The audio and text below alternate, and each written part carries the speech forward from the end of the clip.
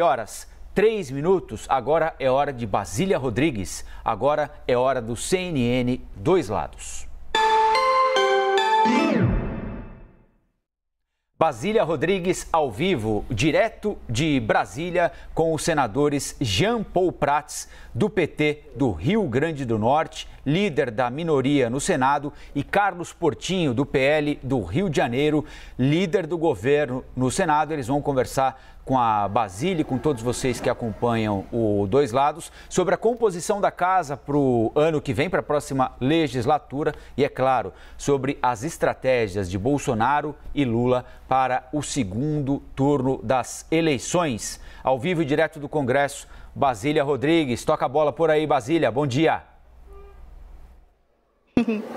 Bom dia, mais uma vez, Colombo, Stephanie, todo mundo que está com a gente aí no Novo Dia, bonito, né? Hoje a gente está aqui dentro do Senado Federal, em pleno Salão Azul, que é o coração do Senado. Na semana passada a gente esteve na Câmara, hoje é dia de falar com os senadores. Então, como você bem apresentou, do lado de cá eu tenho o Carlos Portinho, senador do PL do Rio de Janeiro, ele que é líder do governo aqui no Senado, e do lado de cá eu converso também com o Jean Paul Prats, ele que é do PT do Rio Grande do Norte, líder da minoria aqui na casa. Olha, nestas eleições, dos 13 senadores que se candidataram, somente 5 conseguiram garantir a reeleição. Vem sangue novo por aí. Então, muita gente que não estava por aqui, bem na condição de senador, está entrando para integrar o time e com o rótulo, o selo de conservador. É uma onda conservadora que vai dominar o Senado Federal na próxima legislatura, senador? Olha, Basília, primeiro lembrar que é 1/3 do Senado só que está sendo trocado de mandato, né? 2/3 permanecem porque os mandatos são de 8 anos e eventualmente é trocado 1/3 ou 2/3. Dessa vez foi uma cadeira que rodou, né? E quanto a essa questão da onda conservadora, eu quero lembrar que muito foi destacado a questão de ministros que foram eleitos, e na verdade dentro do mesmo campo, porque ocuparam cadeiras também do mesmo campo, o campo mais conservador, mas nós temos também a chegada de governadores que foram eleitos senadores de alto padrão político. Governador Flávio Dino, por exemplo, governador Camilo Santana, governador Wellington Dias, que volta a casa, já foi 8 anos senador pelo Piauí. Então, nós temos realmente uma renovação de personagens, né? Mas não necessariamente uma onda, porque, na verdade, se você for ver cadeira a cadeira, a troca foi dentro do mesmo campo, na maior parte das vezes. Exceto um ou dois casos, a gente pode dizer que manteve-se a mesma proporção. Olha, o senador petista minimiza, então, essa mudança aqui das cadeiras no Senado Federal. Como ele bem colocou, o perfil é basicamente o mesmo, só mudou a cara, mas o campo político é o mesmo. O senhor também tem essa percepção, líder? Não tenho dúvida nenhuma que a base do presidente Jair Bolsonaro no Congresso Nacional ficou mais sólida, mais fortalecida após o primeiro turno dessas eleições. E isso se reflete também no Senado. Só o PL, quando eu cheguei, éramos 3 senadores. Hoje, somos 9, no ano que vem seremos 15, pelo menos. Né? Ainda aguardamos a eleição que será do senador Jorginho Mello em Santa Catarina, do senador Marcos Rogério, mas devemos manter nesse número. E isso mostra uma grande dificuldade, porque essa base foi construída para o presidente Bolsonaro. E, eventualmente, um resultado diferente pode levar o país, sim, a um problema de governabilidade, porque muitas, inclusive, das propostas, regulação de mídia, esquece, não vamos aprovar. Reforma trabalhista, esquece, não vamos aprovar aqui, e temos hoje a maioria, não só o PL, mas toda a base, com senadores que compõem os partidos da base, como o PP e o Republicanos. Na matemática do PL, o partido tem a maior bancada e não vai dar vida fácil caso Lula seja eleito. Pelo contrário, é o Congresso perfeito para um novo mandato de Jair Bolsonaro.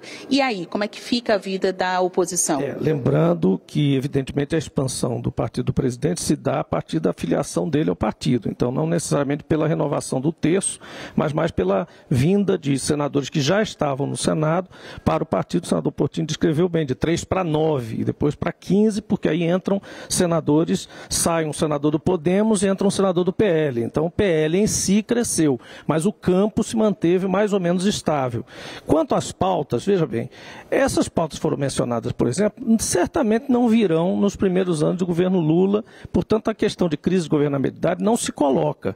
O diálogo com o Senado, principalmente sob a presidência do nosso querido presidente, conciliador, inteligente, sereno, Rodrigo Pacheco, tem sido, mesmo sob o governo Bolsonaro, um panorama sereno de trabalho. Nós trabalhamos com senioridade, com experiência, com cabeça fria. Então, o pessoal que vai vir vai naturalmente acolher esse mesmo comportamento.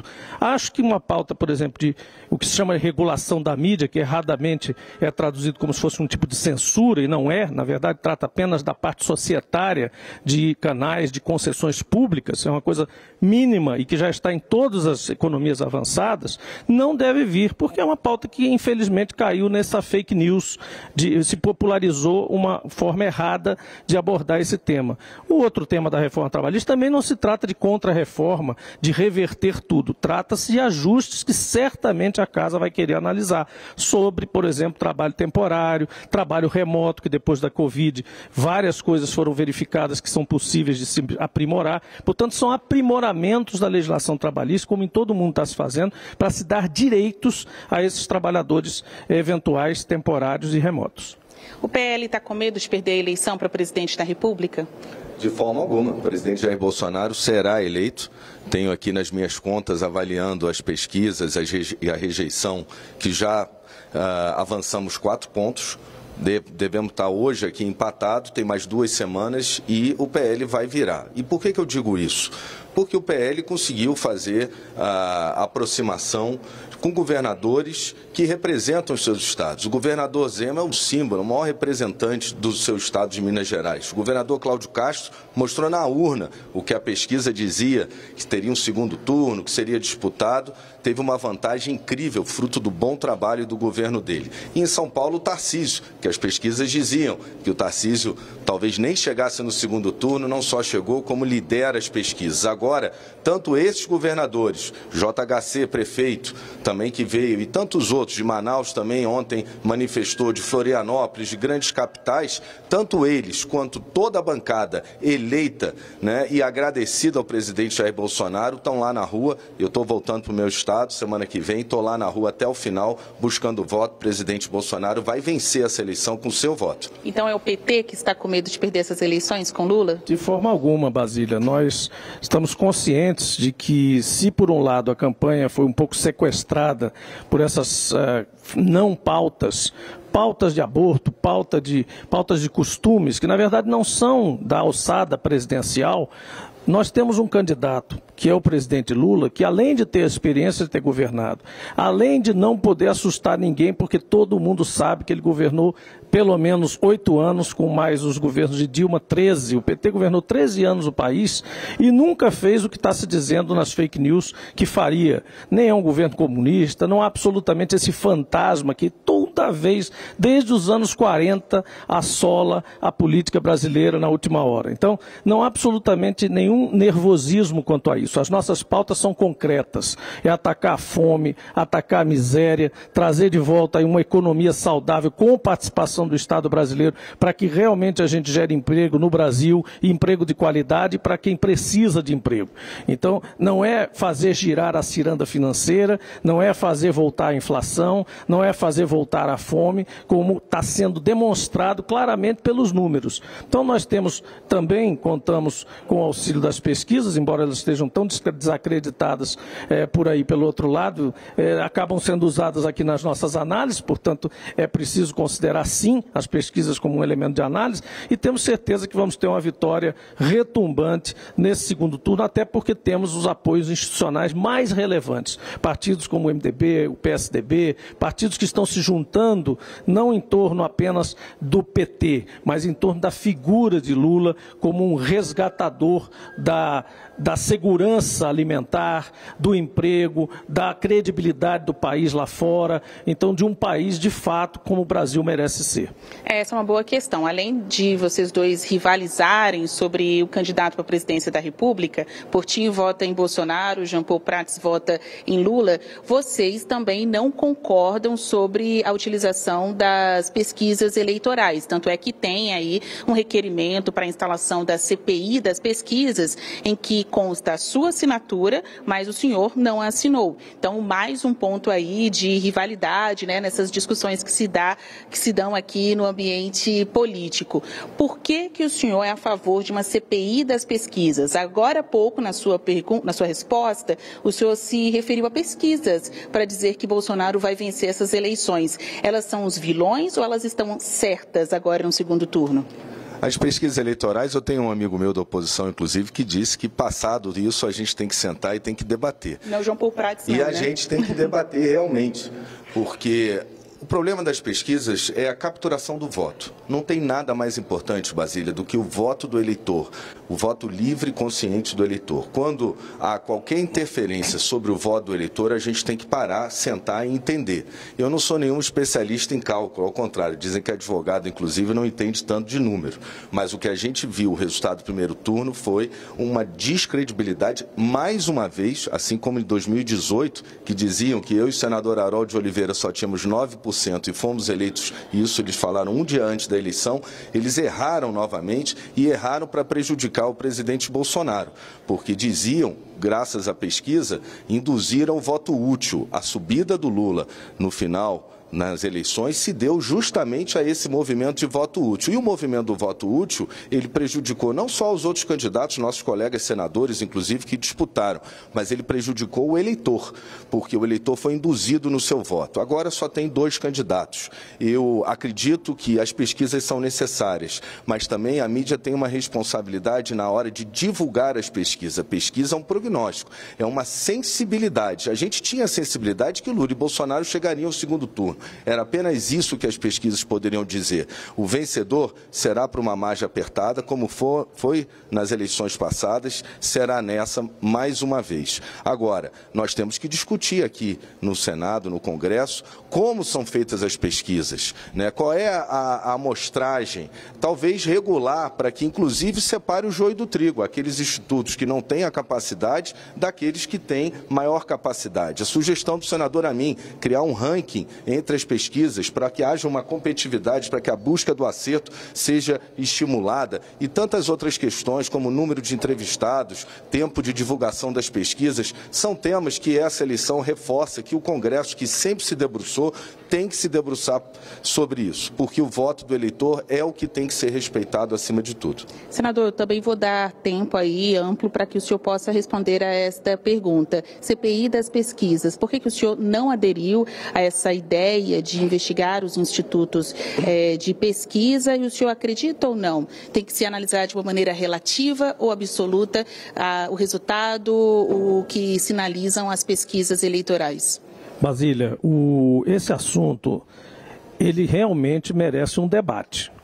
Ele realmente merece se debruçar sobre os projetos de lei que já estão em curso aqui, mas eu acho que não cabe uma CPI. CPI é para investigar uma conduta escandalosa que a sociedade chama atenção, como foi, por exemplo, o caso do MEC, os pastores do MEC, o ministro dizendo claramente que pediam propina e que davam propina e etc. e tal.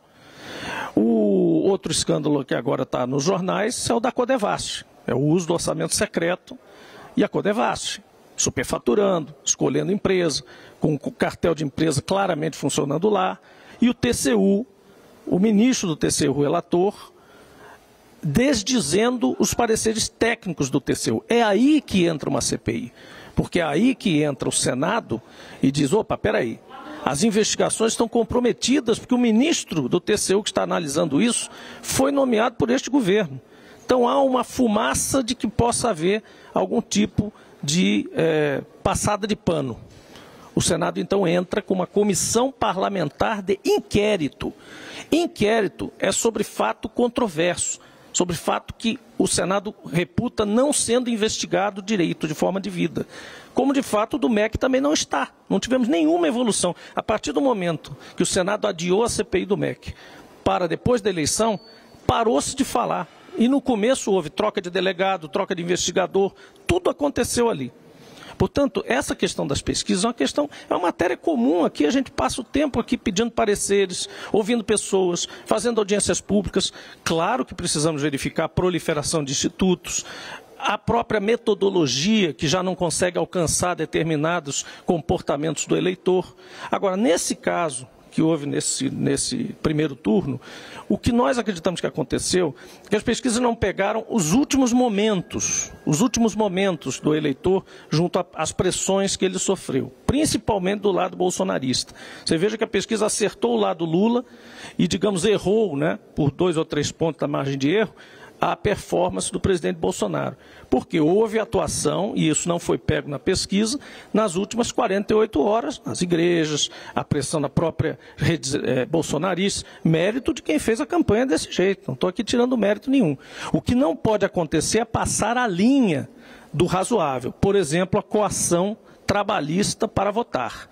Pessoas que estão sendo coagidas, ameaçadas de perder o emprego, ou até premiadas com aumento de salário, caso o candidato Bolsonaro ganhe, e isso está na internet documentado várias vezes, inclusive com casos já punidos, por pessoas que já tiveram que vir à força do TSE.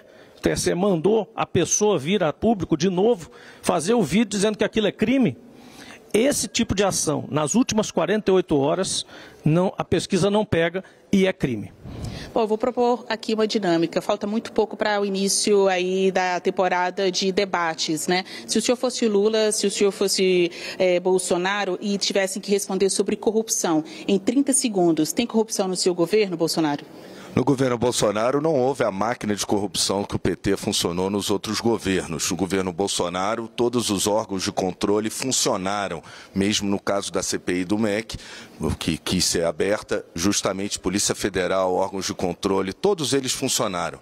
E aqui a gente corta na carne. Se falhar, vai responder. Ao contrário do que a gente viu, milhões sendo devolvidos. Essa imagem ninguém pode apagar do eleitor. E a corrupção do PT, Lula?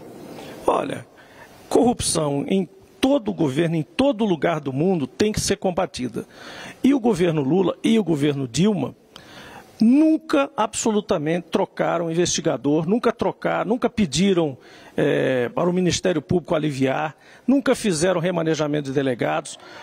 Criaram elementos, esses elementos que funcionaram inclusive para combater a corrupção em todos os governos, foram criados no governo Lula.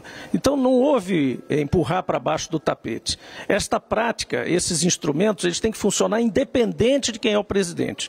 No governo Lula não houve sigilo de 100 anos para nada. E nesse governo que diz que não tem corrupção, é porque ela não aparece. Ela simplesmente não aparece.